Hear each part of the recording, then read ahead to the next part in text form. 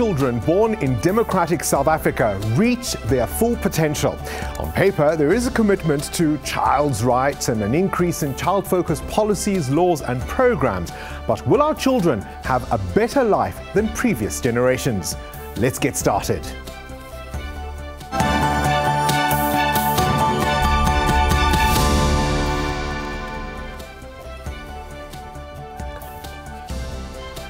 Good evening and welcome to the Democracy Gauge. I'm Bongani Bingwa. This is, of course, a show that puts you, the viewer, at the center of our program. Your children are not your children. They are the sons and daughters of life's longing for itself. They come through you, but not from you. And though they are with you, yet they belong not to you. You may give them your love, but not your thoughts, because they have their own thoughts. The words thereof, of course, the famed poet Khalil Gibran. And tonight's guests and viewer participants are all children, some from as young as 7 to those, of course, who are going to be voting for the first time this year. Therefore, our poll question tonight: will our children have a better future than previous generations? You can choose from our usual 3 colors. Green is for yes, yellow is maybe, and of course red is for no. You can go to sabcnews.com and answer our question there, and of course we extend the conversation on Facebook and Twitter. Remember to use the hashtag SABCDG25 and hashtag SABC News. 18-year-old Odwa Gongana lived in one of South Africa's poorest neighborhoods. His parents died when he was a young boy, and he ended up joining a gang. Well, here's his inspirational story on how he turned his life around. And this video is courtesy of UNICEF South Africa.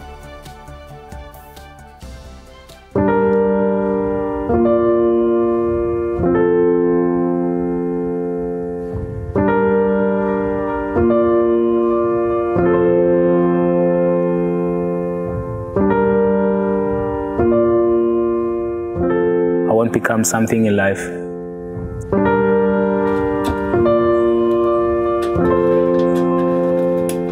We live in a polluted community, living in shacks that are leaking, shacks that have no electricity. And then if you look across, you see nice houses, people that are rich, people that are living their life, people that are enjoying life while we are suffering.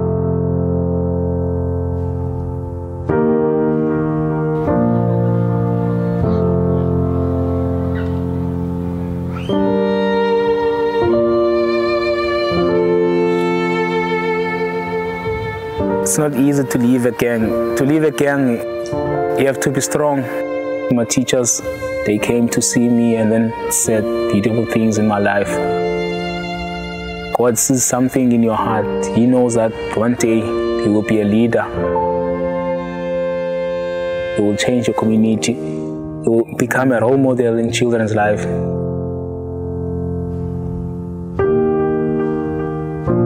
I've been working hard, giving everything in my power, everything in my heart.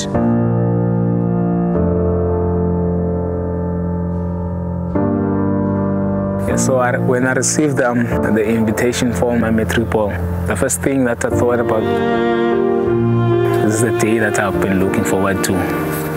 No one has ever been in matric in my family, so I'm the first one to, and I know I'm gonna make it. I'm gonna come up with good results, not just for me.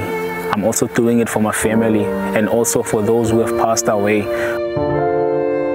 It's up to us now to make a change, to stand as a unity. White and black, it doesn't matter. Stand together. I just want to say thank you to the obstacles that came in my way, because actually without them, I couldn't have become this strong.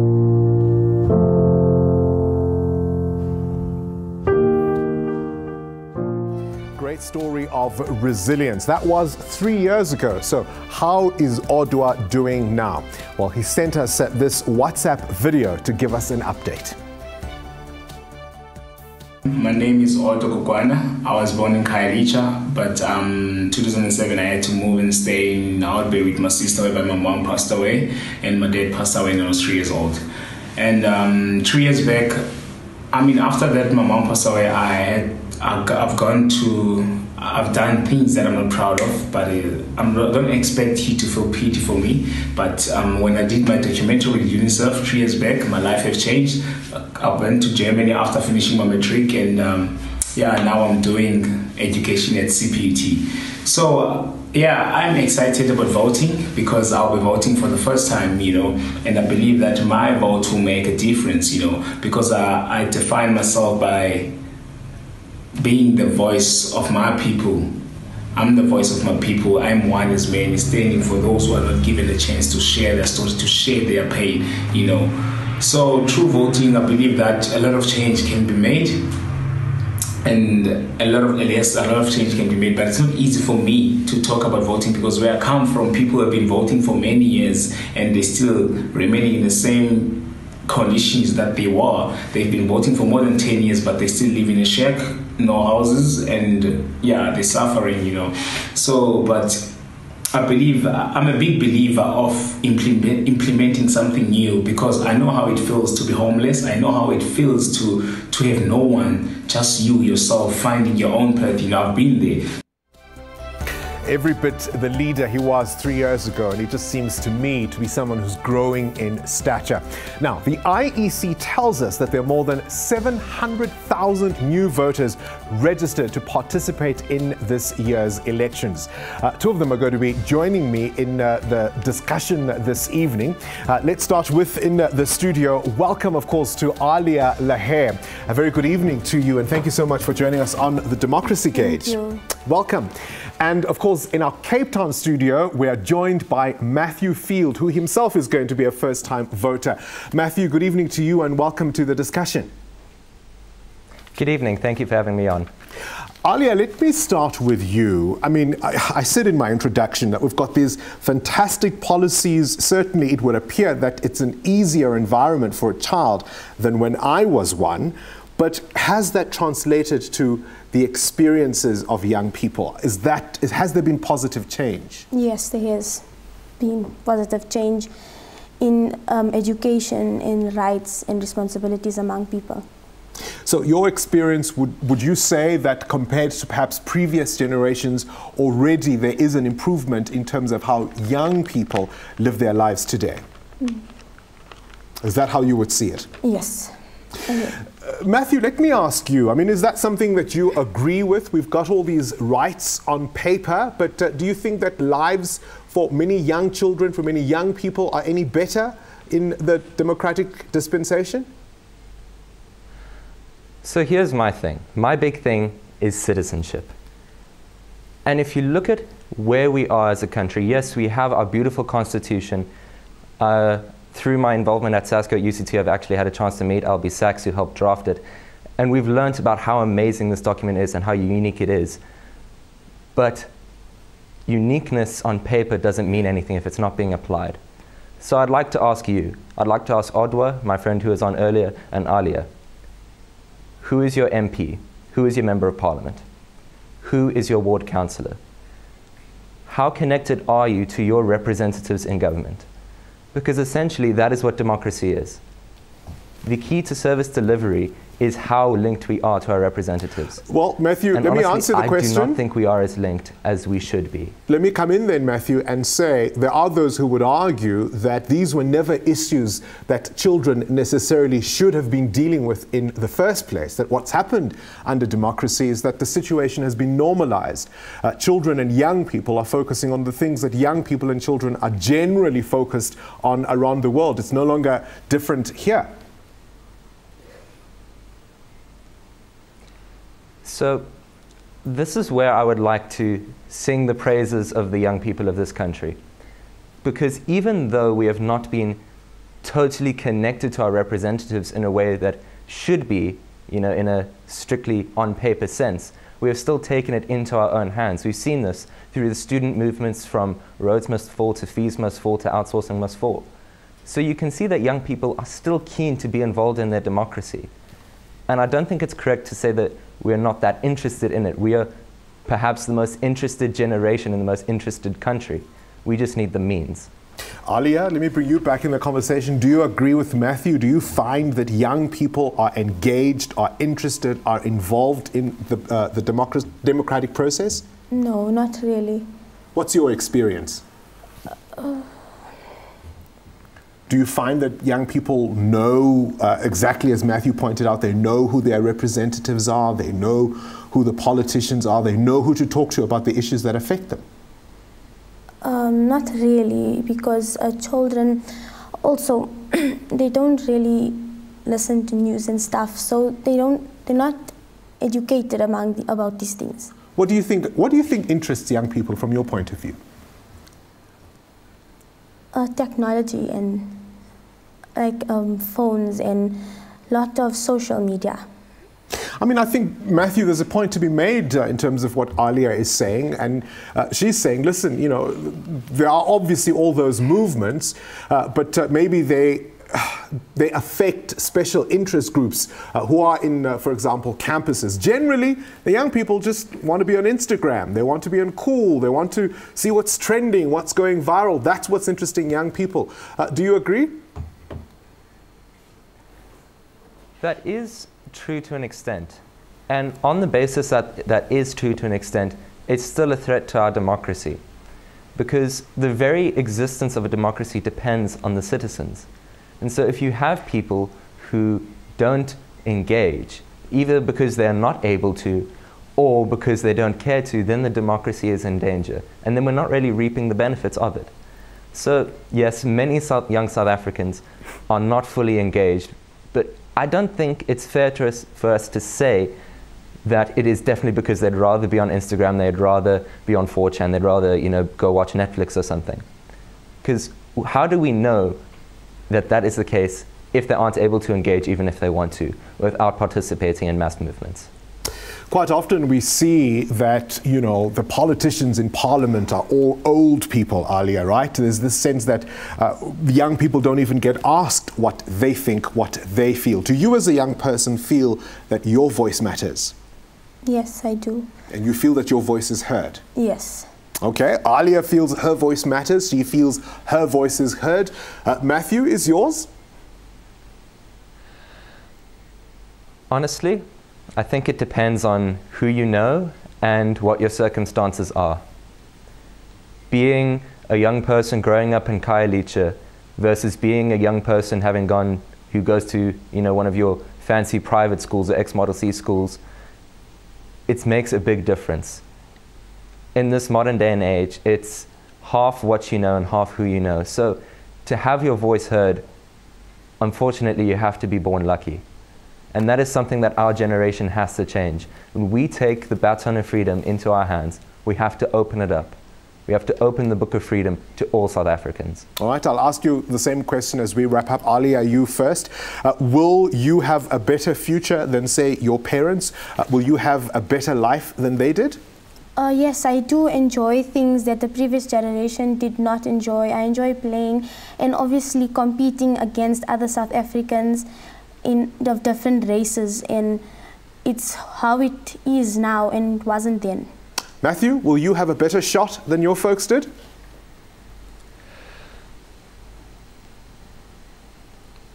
If you look at young South Africa, I would not say that we are free. I would say that we are free to be free. So if we look at our entire generation, right now, I would not say we are better off than our parents, but we have the potential to be. All right, we'll leave it there, and the Matthew. key to that... I'm afraid we've run out of time. We'll leave it at that. Free to be free. That's one perspective. Our poll question, of course, tonight is asking this. Will our children have it better than we did? You choose from the three colors. As always, green is yes, yellow is maybe, red is for no. And you can go to sabcnews.com. We'll be sharing some of your views, and in particular those of more children after this.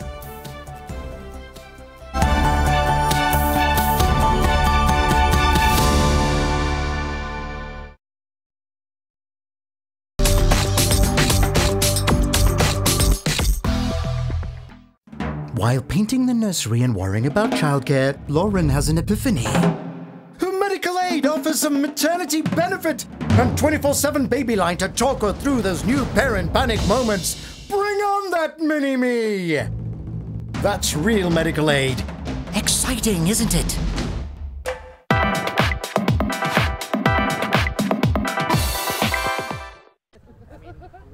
Human development has been the cause of major destruction in nature.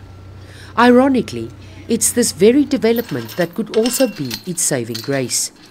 Such is the case of the paintbrush lily. Where they once thrived here in Stellenbosch, among others, it's estimated that less than 200 plants still exist in nature. This group of scientists has embarked on a mission to save the species. Using science and technology, we can reverse the process of what's happened already and hopefully introduce more plants back into this environment and other environments where it occurred before. So, for example, there's a development around one of the schools nearby that we would like to introduce the plants into a wetland rehabilitation program. So, ideally, we would like to save this population, get it to be self-sustaining. Taking nature into the concrete jungle structures of the university, they are using existing basic techniques to develop a new method of plant multiplication, a process similar to cloning. Because it's so endangered, we don't want to destroy any of them, so we're hoping we can just use the leaves.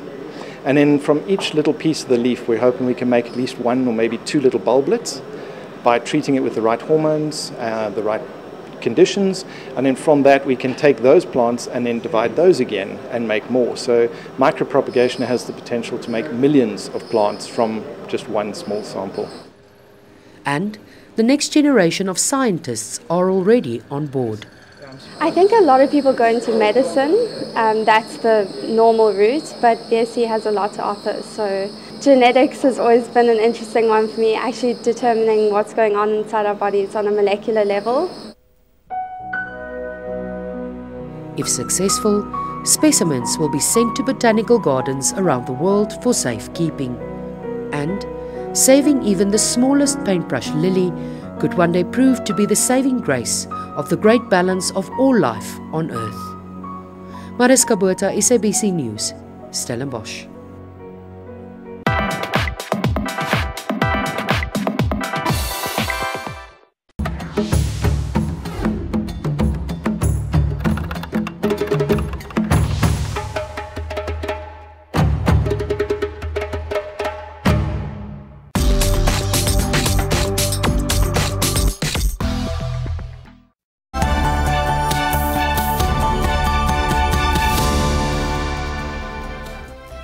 Well, it's all about you here on the Democracy Gauge. Let's have a look now at what people have been saying on social media. And really the question is, will we leave this world better than we found it? Let's go to Twitter there and see what the views are. Nazim says, if we can get rid of this of these corrupt leaders now, our children will have a better future.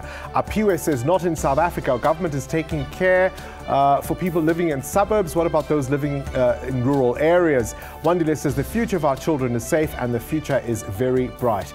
On Facebook, Tsepo says, don't have a kid, but as a youth, my answer is no, but when I become a father, I will make sure I'm there for my child. Rikesh says definitely not. The big magic rainbow future fizzled out even before it properly started. Kids with connected families may have it better, but overall the future looks bleak for future generations. It's the saddest reality, says Rikesh.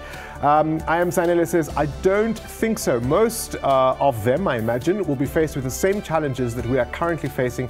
The country is being corrupted by a so-called leader. All right, concerns there obviously about corruption, concerns about perhaps persisting inequality, depends on who you know, where you are from. But we've at least got to try, right? And that's the sentiment I want to take out of some of those responses. We've got to at least try. Coming up, we're going to be hearing directly from the children.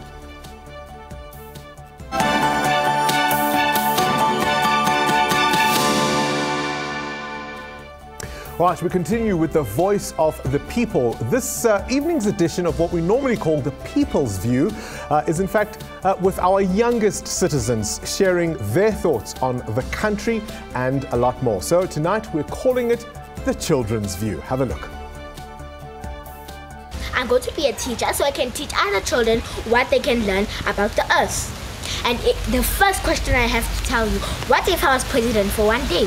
What would I do? I would give poor and things to eat. I'll give them blankets, pillow, food, places to live, so people can think this is not just a day, this would be a beautiful day. If I met the leaders of our country, I would like to tell them that the energy situation in South Africa is very worrying.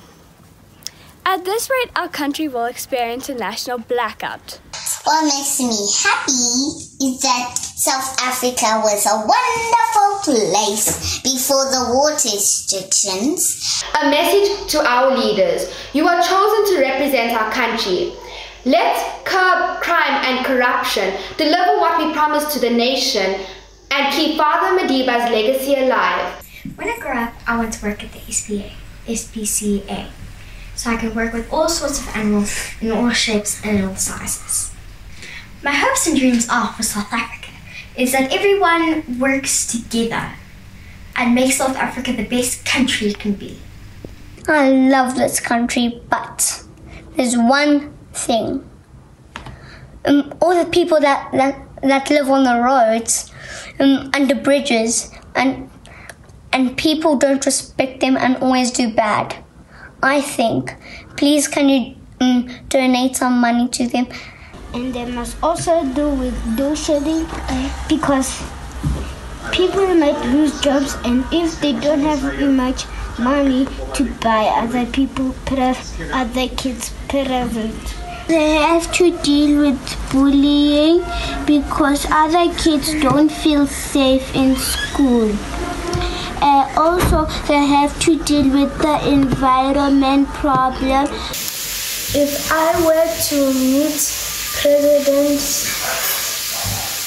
Ramaphosa, I would say that all the people that do bad stuff to other people must be in jail. Out of the mouths of babes. Now, if you want to be part of the People's View in our next show, simply send us an email, dg25@sabc.co.za. At the end of this show, I will throw forward to Monday's topic. And if your name is Felix Mzizi, your story is coming up.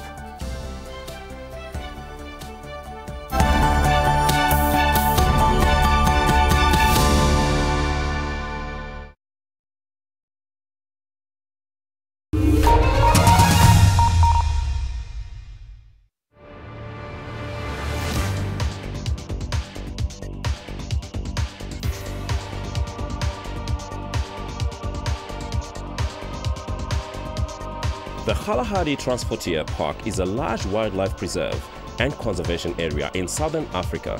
Kalahari means place of thirst. The total area is 38,000 square kilometers. Approximately 3/4 of the park lie in Botswana and 1/4 in South Africa. South Africa embraced the concept of transportiers linking ecological reserves across national borders.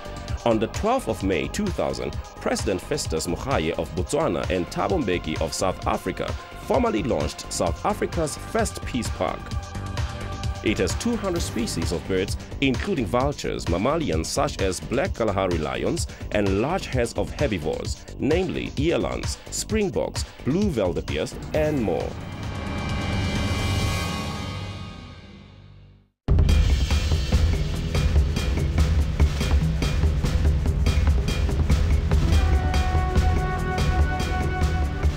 A meteorite hit the Earth 2 million years ago, creating an enormous impact of crater, about 10 kilometers in diameter near Vredefort in the Free State, 100 kilometers southwest of Johannesburg, now known as the Vredefort Dome, a South African World Heritage Site. The meteorite is said to have been larger than Table Mountain and caused a 1,000 megaton blast of energy. The impact would have heated about 70 cubic kilometers of rock and have increased the Earth's oxygen levels to a degree that made the development of multicellular life possible. The world has about 130 crater structures of possible impact origin. The Vredefort Dome is the largest in the world, followed by Sudbury Crater in Canada and the Chicxulub Crater in Mexico. Tandega, her weird family and cray-cray friends bring you another cheeky season. Everything new, brand new. Well. Into some Thandeka bengikhuluma noMaziphuthe efonini uthi ucela space back. Ithembe mem, ha ke tshepe motho. Awe, nka mpa ka tshepa lejwe. Yini? Sizokufunda la esikoleni, are you aware? Yeah. Eyamugele. Catch Thandeka's Diary Mondays at 7:30 only on SABC 1 Mzansi for sure.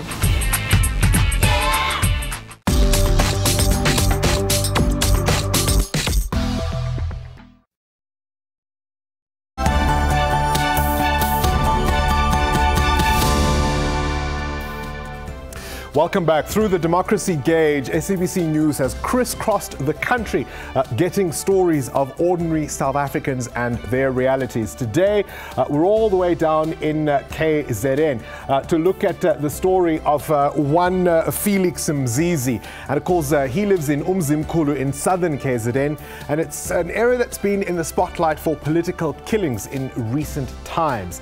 How does it feel to live there? I'm Felix K.K. Mzizi of Umzimkhulu in the area of Lutz location, a Roman Catholic area.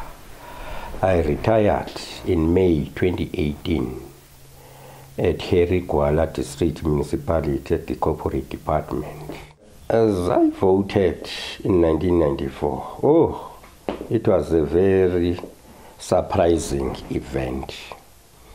I remember that I lost one of my shoes in one of the rallies. We were busy dancing, shouting, doing everything. We were very happy. Then I lost one of my shoes till today. Because the things we were promised by the people then, during the Mandela time, all were very good things. Besides running my spaza shop, I usually go to Mzimkhulu Magistrate Court to see what's going on in that magistrate court, because we, the people of Mzimkhulu, are being surprised about the things, the killings and other bad things happening in our town. The reasons leading to these killings, bad killings at Mzimkhulu, are the tenders and positions in the government.